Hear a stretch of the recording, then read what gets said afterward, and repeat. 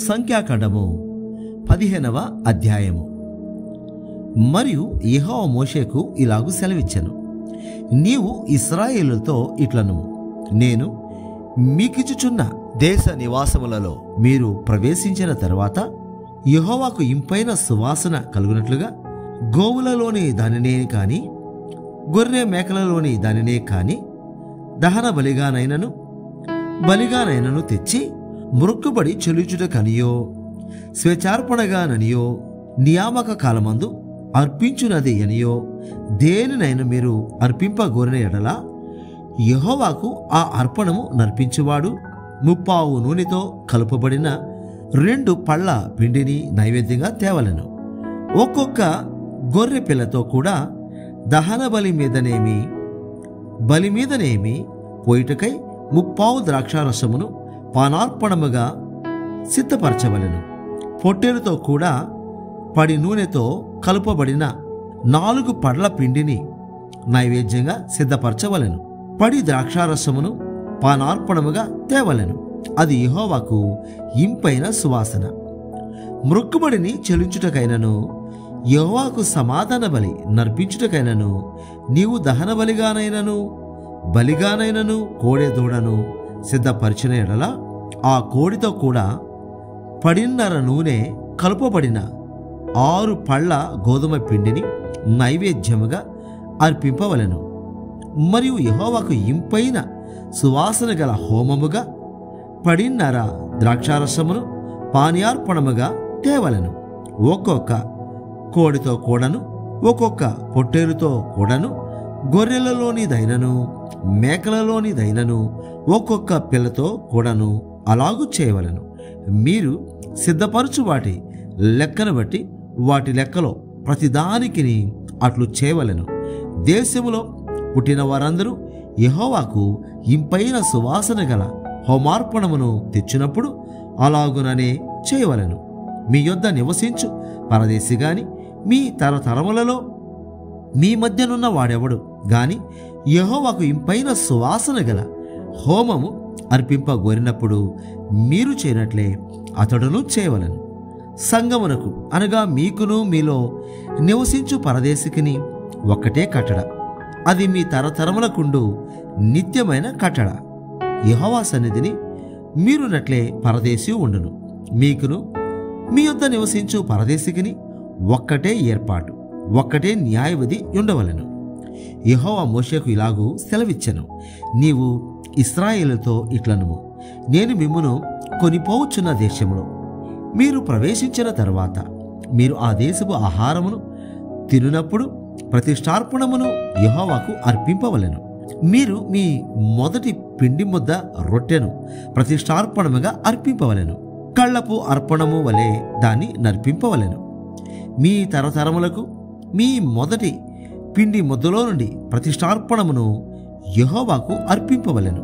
యెహోవా మోషేతో చెప్పిన ఈ ఆజ్ఞలన్నిటిలో అనగా యెహోవా ఆజ్ఞాపించిన దినము మొదలుకొని అటుపైని మీ తరతరములకు యెహోవా మోషే ద్వారా మీకు ఆజ్ఞాపించిన వాటిలో పొరపాటున దేనినైనను మీరు చేయకపోయినప్పుడు అది సమాజమునకు తెలియబడని ఎడల సర్వ సమాజము యెహోవాకు ఇంపైన సువాసనగా నుండుటకై దహన బలిగా ఒక కోడెదూడను, విధి చొప్పున దాని నైవేద్యమును, దాని పానీయార్పణమును, పాప పరిహారార్థ బలిగా ఒక మేకపిల్లను సిద్ధపరచవలెను.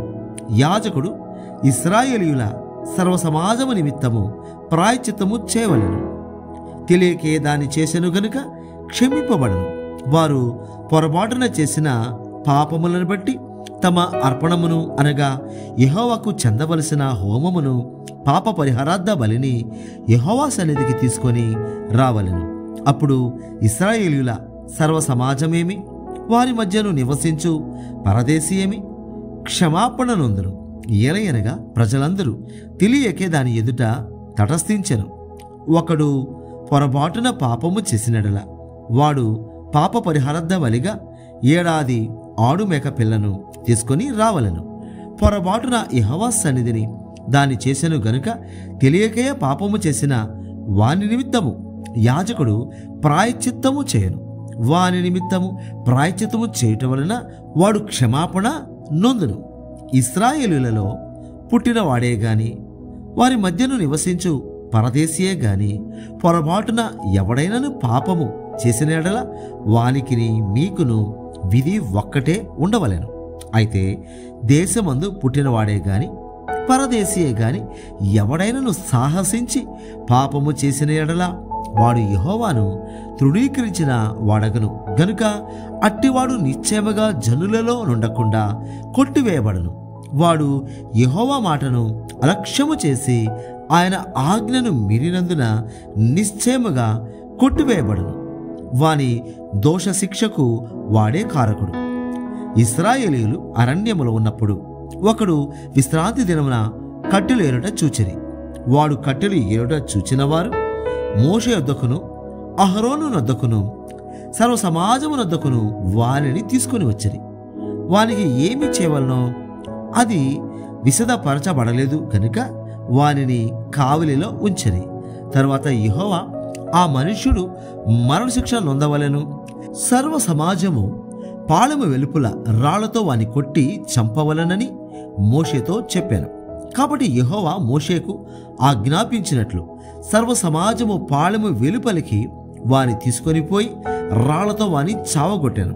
మరియు యెహోవా మోషేకు ఇలాగూ సెలవిచ్చాను, నీవు ఇశ్రాయేలులతో ఇట్లనుము, వారు తమ తరతరములకు తమ బట్టల అంచులకు కుచ్చులు చేసుకొని అంచుల కుచ్చుల మీద నీలి సూత్రము తగిలింపవలెను. మీరు నా ఆజ్ఞలన్నిటినీ జ్ఞాపకము చేసుకొని మీ దేవునికి ప్రతిష్ఠితులై ఉండునట్లు మునుపటి వలె కోరిన వాటిని బట్టి చూచిన వాటిని బట్టి విభుచరింపక దాన్ని చూచి యెహోవా ఆజ్ఞలన్నిటినీ జ్ఞాపకం చేసుకొని వాటిని అనుసరించుటకే అది మీకు కుచ్చుగా నుండును. నేను మీకు దేవుడనై ఉండునట్లుగా ఐగుప్తు దేశములో నుండి మిమ్మును రప్పించిన మీ దేవుడనైన యెహోవాను, మీ దేవుడనైన యెహోవాను నేనే. సంఖ్యాకాండము 16వ అధ్యాయము. లేవికి మునిమనుమడును కహాతుకు మనుమడును ఇస్హారు కుమారుడనగు కోరహు. రుబేనులలో ఏలియాబు కుమారుడైన దాతాను అబీరాములను పేలెతు కుమారుడైన ఓనును యోచించుకొని ఇశ్రాయేలులలో పేరు పొందిన సభికులను సమాజ ప్రధానులను అయిన 250 మందితో మోషేకు ఎదురుగా లేచి, మోషే అహరోనులకు విరోధముగా పోగుపడి, మీతో మాకిక పని లేదు. ఈ సర్వ సమాజములోని ప్రతి వాడును పరిశుద్ధుడే, యెహోవా వారి మధ్యనున్నాడు. యెహోవా సంఘం మీద మిమ్ముని మీరెలా హెచ్చించుకొనుచున్నారనగా మోషే ఆ మాట విని సాగిలపడెను. అటు తర్వాత అతడు కోరహుతోనూ వాని సమాజముతోనూ ఇట్లా నేను, తనవాడు ఎవడో పరిశుద్ధుడు ఎవడో రేపు యెహోవా తెలియజేసి వానిని తన సన్నిధికి రానిచ్చును. ఆయన తాను ఏర్పరచుకొనిన వానిని తన యొద్దకు చేర్చుకొనును. ఇలాగు చేయడి, కోరహును అతని సమస్త సమూహమునైనా మీరును ధూపార్తులను తీసుకొని వాటిలో అగ్ని ఉంచి రేపు యెహోవా సన్నిధిని వాటి మీద ధూపద్రవ్యము వేయుడి. అప్పుడు యెహోవా ఏ మనుషుని ఏర్పరచుకొనేనో వాడే పరిశుద్ధుడు.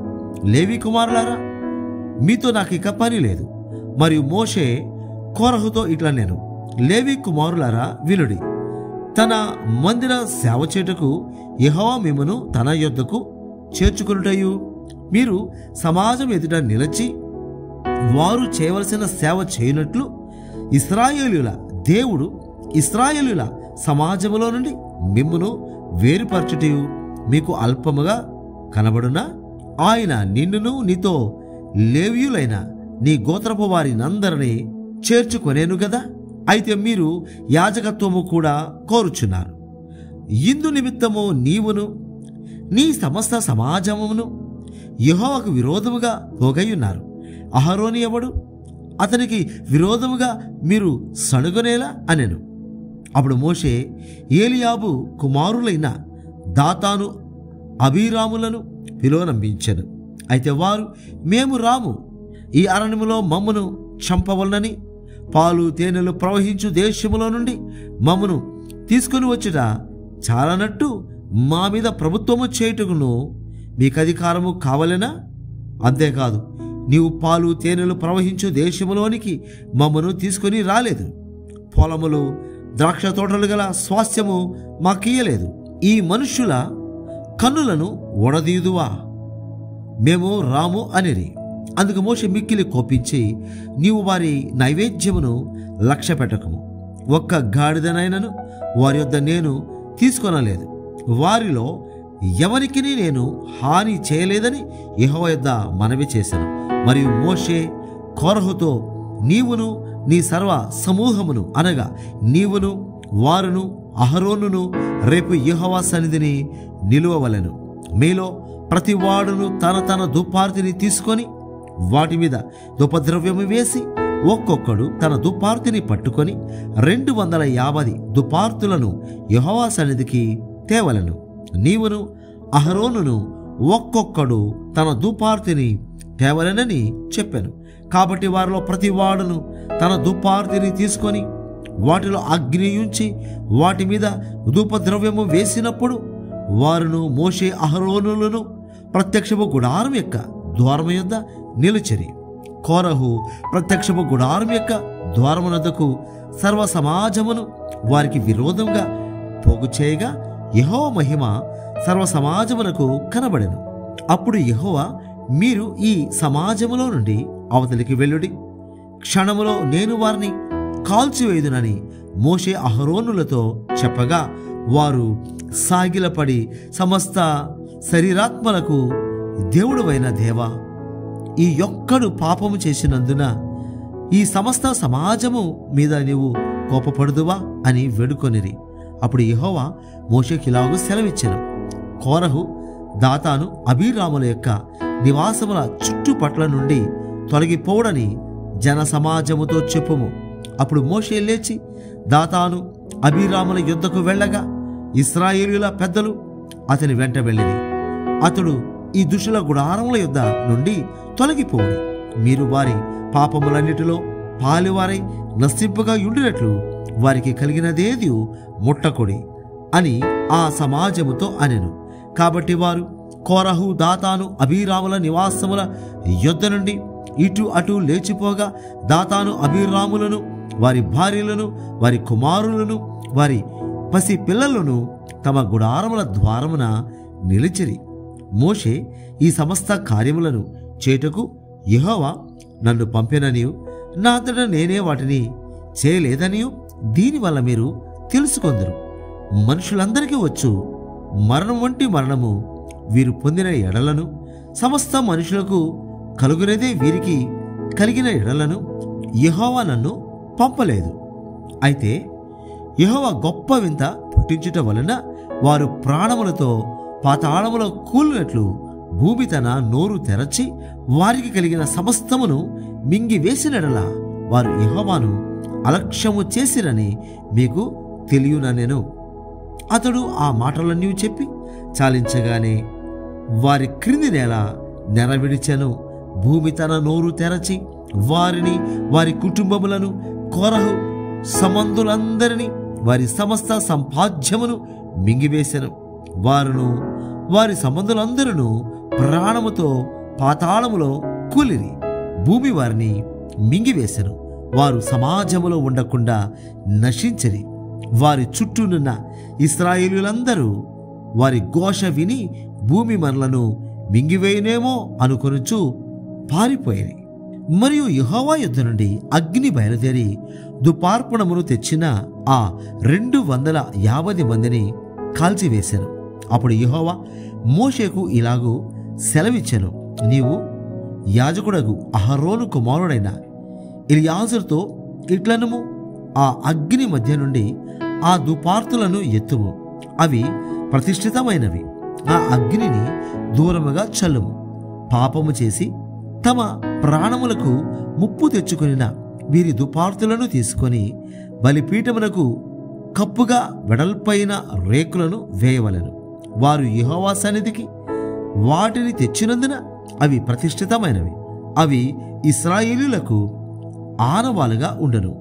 అహరోను సంతాన సంబంధి కాని అన్యుడెవడను యెహోవా సన్నిధిని ధూపము అర్పింప సమీపించి కోరహు వలెను అతని సమాజము వలెను కాకుండునట్లు ఇశ్రాయేలులకు జ్ఞాపక సూచనగా ఉండుటకై యాజకుడైన ఎలియాజరు కాల్చబడిన వారు అర్పించిన ఇత్తడి తుపార్తులను తీసి యెహోవా మోషే ద్వారా తనతో చెప్పినట్లు వాటితో బలిపీఠమునకు కప్పుగా వెడల్పైన రేకులు చేయించెను.